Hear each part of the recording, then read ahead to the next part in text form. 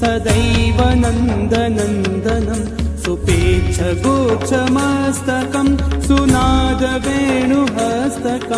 सुपेच्छगोच्छमस्तकं सुनादवेणुहस्तकम् अनङ्गरङ्गसागरं Namami कृष्णनागरम् अनङ्गरङ्गसागरं Namami कृष्णनागरम्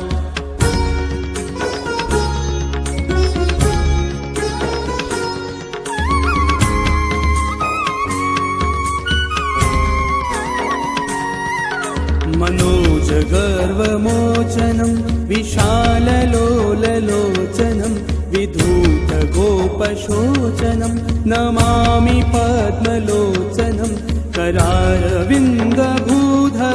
स्मितावलोकसुन्दरं करारविन्दभूधरं